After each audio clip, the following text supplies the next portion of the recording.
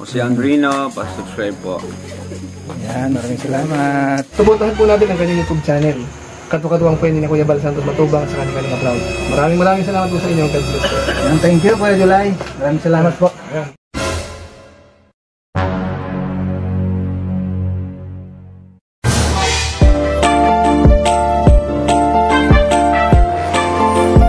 Siya ang makakasama nyo at magiging katuwang aalali sa mga nangangailangan. Jose Andrino, ang kalingap mo na laging nandito. Mga kalingap, meron naman tayong ibang pupuntahan. Tatawid dito. Ang hirap nitong daan kunting kamali lang mga kalingap, yung daanan ay mahulog ka. Ito pasanayan lang.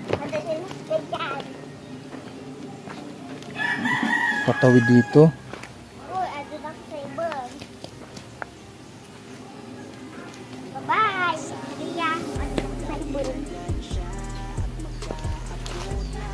Ayan. Ang daan. Dito. Dito. Hirap ang daan dito.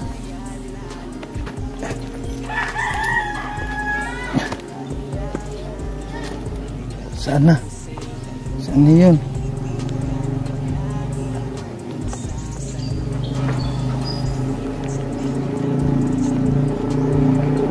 Nandun.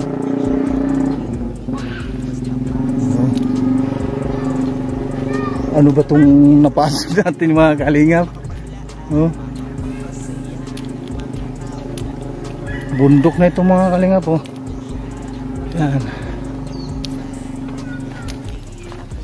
At mayroong ni-repair si Alma Jimenez. Nag-repair sa atin dito.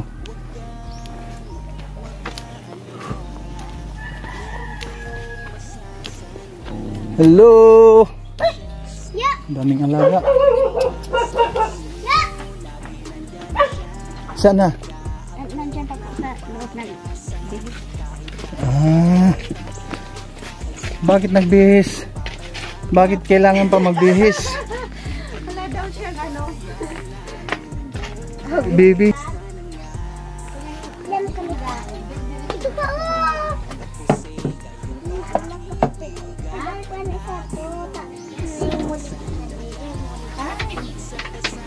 na.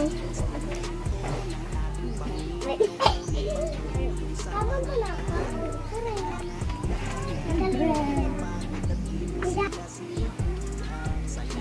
Bukasan ko lang.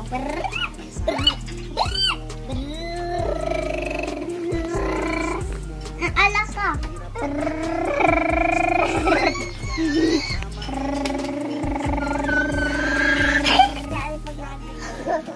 Uy. Natawa si baby. Bakit wala kayong upuan dito, ate? No, sige para ano kayo. Anong pangalan mo, ate, ulit? Maureen. Si ate Maureen ilang taon na? 23. Baka mahulog si baby.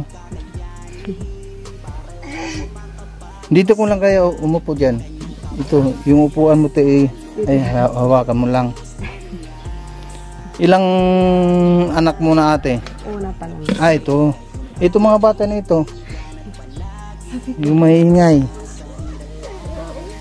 Anong trabaho ni Mr. ate? Nagkukupra. Ikaw naman? Dito lang sa bahay. Paano naman kayo nagkakilala ni kuya? May tanong ko lang. Taga Ilocos po. Ilocos ka. Ibig sabihin, Ilocana ka. Agkainuwatan tayo gayan. Taga Sabila mat. Wan. Para sa yan po mga kalingap, nakatagpo tayo dito ng Ilocana. Namasyal ka lang dito. Tapos nakilala mo si Mr. Doon po sa Ilocos kasi nagkagawa po sila ng mga tangke ng tubig. Trabaho niya ay sa sa paggawa ng tangke.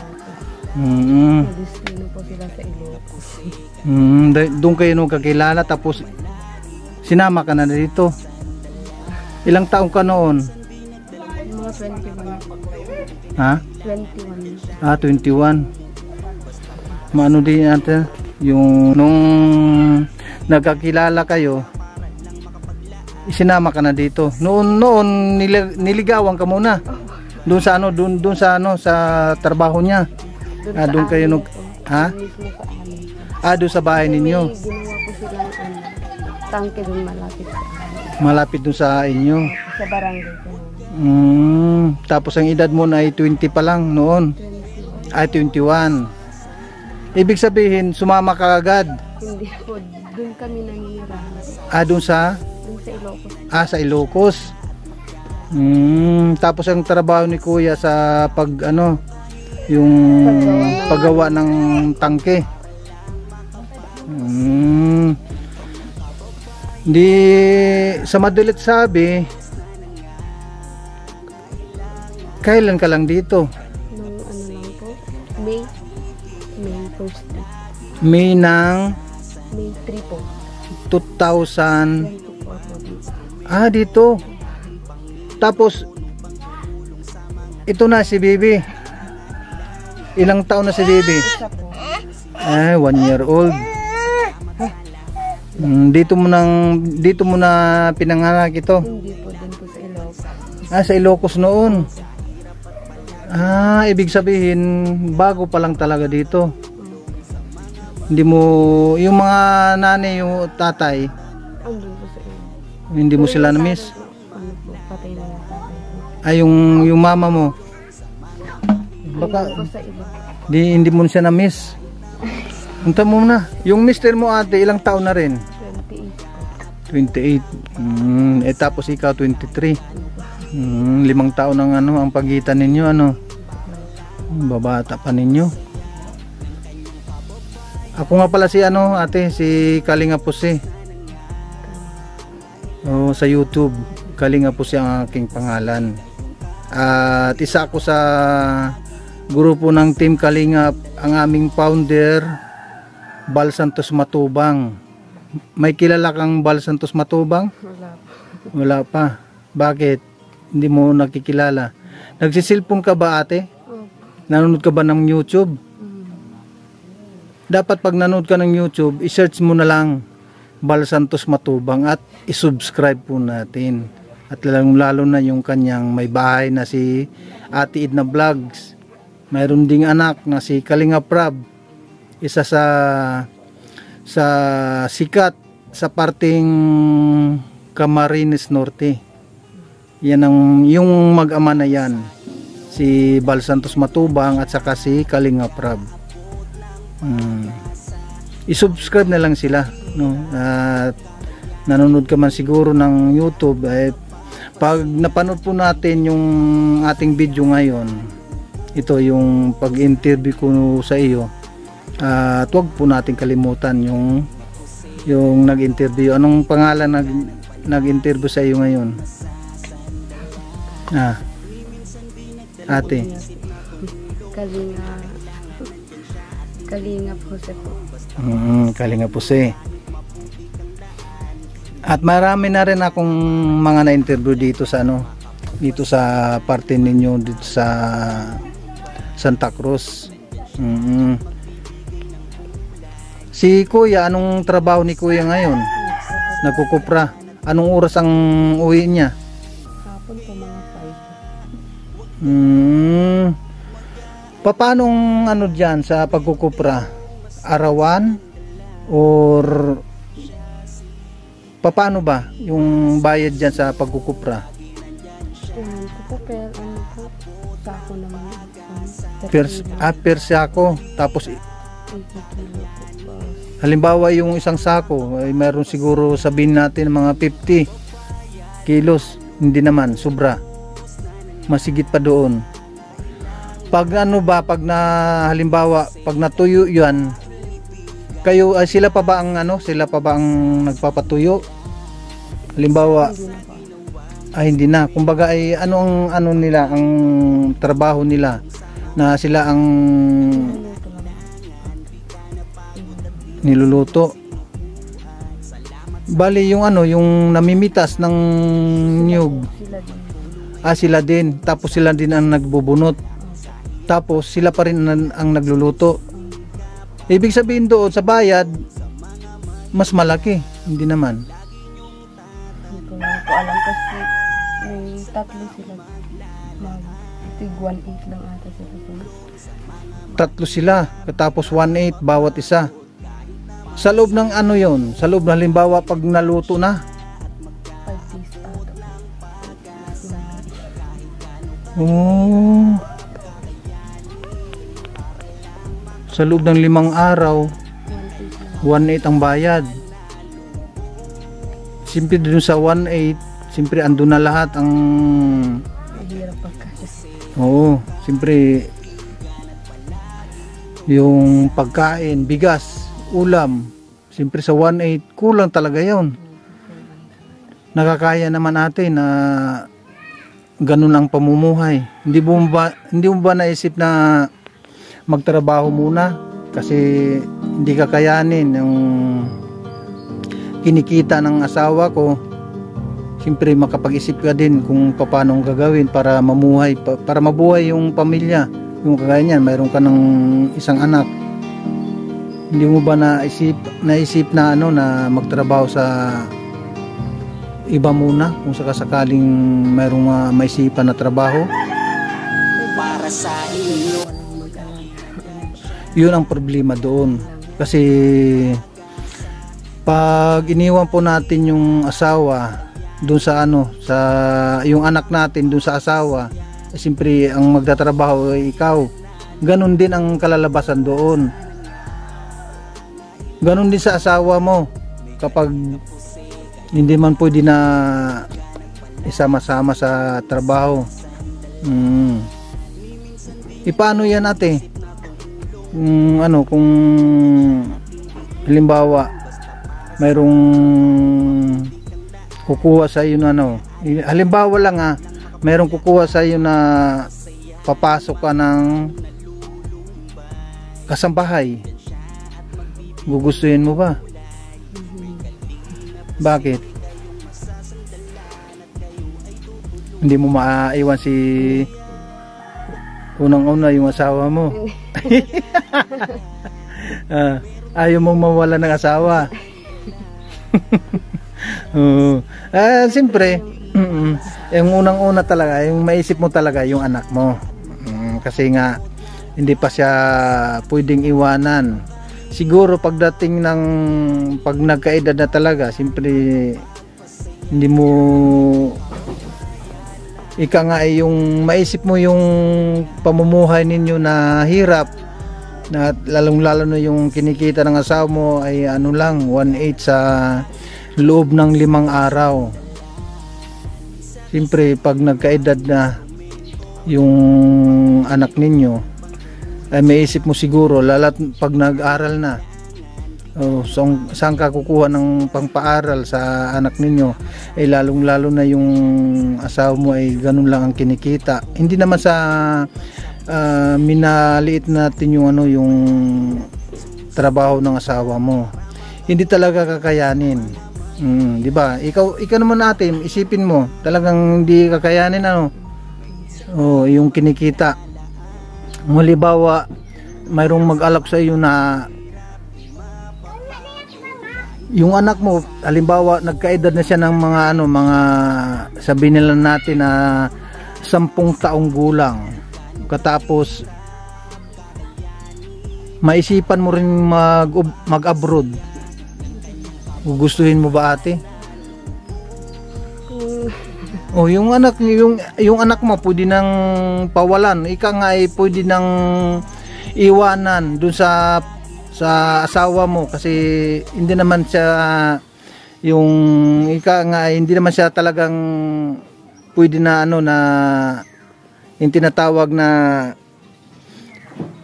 hindi pwede na na pabayaan, pero sa edad na iyon, halimbawa na 10 taong gulang yung anak mo, halimbawa lang, tapos mayroong mag-alok na ng trabaho sa ibang bansa, kung yung anak mo ay pwede na pakawalan o na paalagaan sa or iwanan sa pamamahay ninyo. Para sa Siyempre sa edad na ganon, marunong naman siguro magluto ng kanin or ulam. Lalong-lalo na yung pamamahay nyo dito. Magkano nyo dito, ate? Itong sukat ng bahay nyo, ilang sukat po ito? Tapos hindi mo ba alam na yung luti nito ay nabayaran nyo na? Hulugan pa. At magkano ang bayad? 70,000. Halos pare-pareho ang mga dito, yung nakatira dito. 70,000. Doon sa 70,000 nakailang bayad na kayo? Kung naitanong mo sa asawa mo. Ewan ko lang po sa kapatid niya, 3,000 pa lang.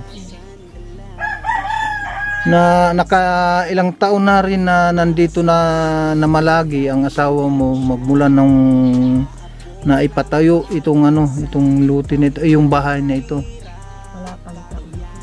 Lang po, kararating lang namin po. Ibig sabihin nung pumunta kayo dito mayroon na itong bahay.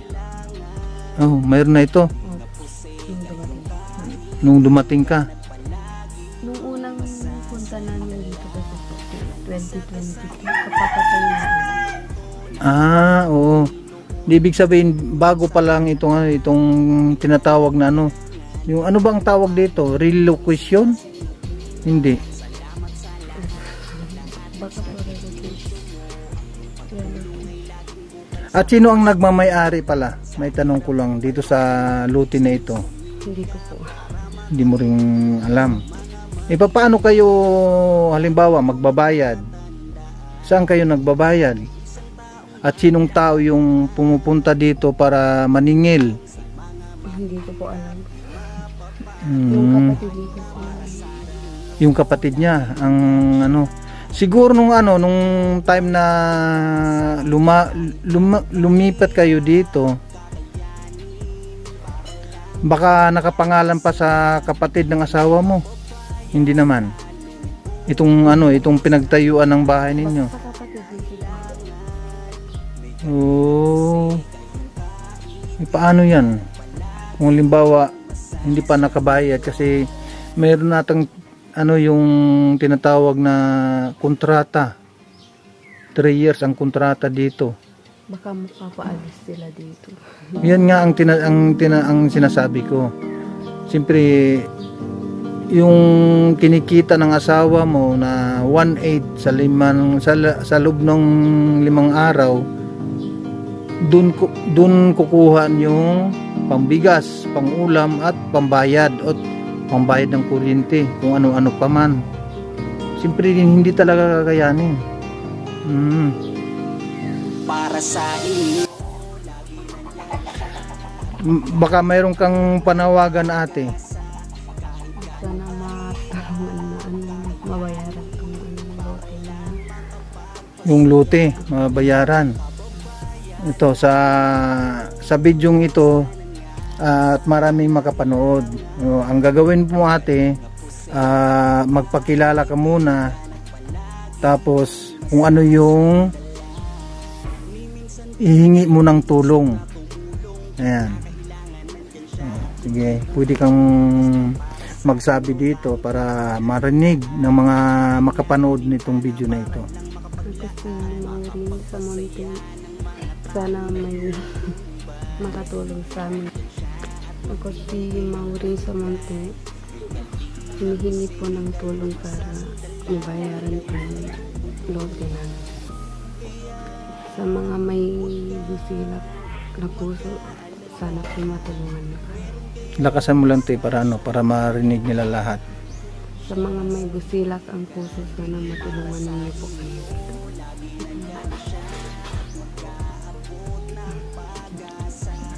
Halimbawa, ate, sa mga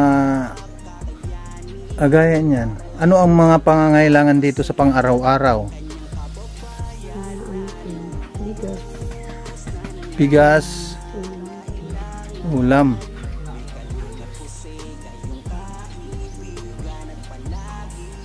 Itong video po natin ate, sinasabi ko nga na scout lang ito muna.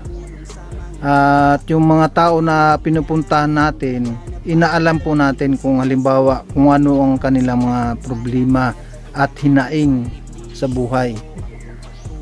At yun, at nasabi naman po natin yung problema natin, at nasabi mo rin na tungkol sa lote ang babayaran ay 70 at ang nahulog pa lang ninyo ay 3,000.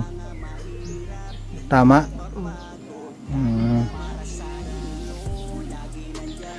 Sa sunod na pagbalik ko ate ay yung mga pangangailangan, kung halimbawa ako ay makabalik, hindi ko naman sa pinapangako ate ha, kung ano lang, kung halimbawa mayroong makapanood nito at magbigay ng tulong para sa inyo at makakabalik tayo, at halimbawa sa lote yung pangangailangan, siguro pwede rin nating ilapit yan sa barangay or sa PCSO. Ano po, no? Sige ate, maraming salamat ate sa ibinahagi mo ng kwento sa buhay po ninyo, at yung video po natin ay makakarating kung sino man ang makapanood. Kung yung panawagan po natin, kung halimbawa mayroong tutulong, makakarating naman. Paano ate? Please muna ako ha. Sige. Mga kalingap, halos isa lang anong problema na talaga nila dito po mga kalingap, ano? Yung lote ay ang halaga ng lote ay 70,000. Ayan po. Ang karamihan dito po mga kalingap ay magkano lang ang kanilang nahulog. Siguro sa mga mayroong kakayahan na mga dito sa nagpatayo ng bahay, yung mga mayroon lang kakayahan po ng mga kalingap, kung kaya ang karamihan dito ay maayos naman yung bahay. Pero yung problema talaga po mga kalingap ay yun, isang isang sukat at isang problema dito sa bahay na ito, dito sa lugar na ito. At ang sukat po ng kanilang lote ay 5/7 ang sukat, at ang halaga ay 70,000. Ang karamihan naman po ay nakapaghulog ng 5,000, ang iba naman ay nakahulog ng 3,000. Siyempre ang karamihan dyan ay walang mga trabaho, ano po, at nakikita naman po natin yung sitwasyon sa bahay nila. Ito yung lote na siguro binigay ng may-ari ng lote para ipautang, at yun po naka-divide sa sukat na 5/7. At lahat po dito ay ganun ang sukat ng bahay dito. Karamihan naman din po ng mga kalingap ay maganda yung bahay, karamihan. Pero yung mga lumapit sa atin at humingi ng tulong, yun po ay walang kakayahan, kundi po sa pamamagitan po natin sa ating video ito, kung kaya sila lumapit. Kaya yun, yun po lang, at maraming salamat po kay Kuya Bal Santos Matubang at Edna Vlogs, kay Kalinga Prab, at sa lahat po ng mga makapanood nito. Shoutout po sa inyong lahat, at kay Atin Day PB, magandang hapon po at magandang tanghali po sa ating lahat. At kay Kuya Winnie, maraming salamat din po sa pabigas at paggrocery. Ano po, maraming salamat kay Miss Shai, at shoutout po kay Ate Irene DB at kay Ading Laura Embiricat Official, at kay Ate Lori D.E. Magalpok Vlogs, kay Ate Matit Gabarda Vlogs, kay Maestro 21 TV, kay Ate Susan Arthur, Ate Sabil Gulipardo, Ate Sally Lerk. Shoutout po sa inyong lahat. At sa lahat-lahat na mga nandito sa ating premiere. God bless at mabuhay ang Team Kalingap. Bye-bye!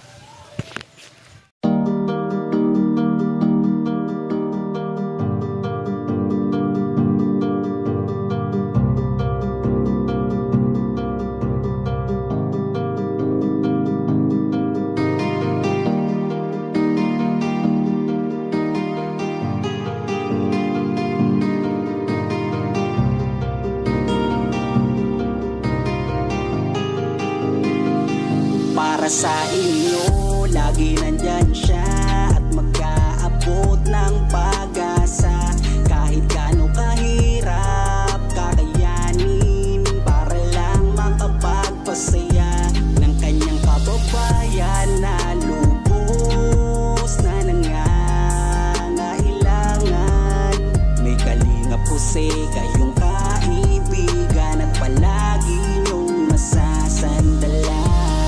Minsan di nagdalawang isip na tumulong, kung kinakailangan nandyan siya at hindi umuurong. Basta para sa inyo kahit maputik ang daan, hindi niya alintana para lang makapaglaan, makapagpasaya ng mga taong nalulumbay. Nandyan siya at magbibigay ng kulay. May Kalingap Jose, kayong masasandalan at kayo ay tutulungan. Kaya huwag kang mag-aalala, meron kayong masasandalan. Siya si Kalingap. Para sa inyo, lagi nandyan siya at mag-aabot ng pag-asa. Kahit gaano kahirap kakayanin, para lang makapagpasaya ng kanyang kababayan na lubos na nangangailangan. May Kalingap Jose, kayong kaibigan at palagi niyong masasandalan. Isa ka sa ginawang instrumento ng ating Panginoon upang tumulong sa mga taong nangangailangan. Di ka napagod at di mo sila sinukuan. Salamat sa lahat ng sakripisyo mo.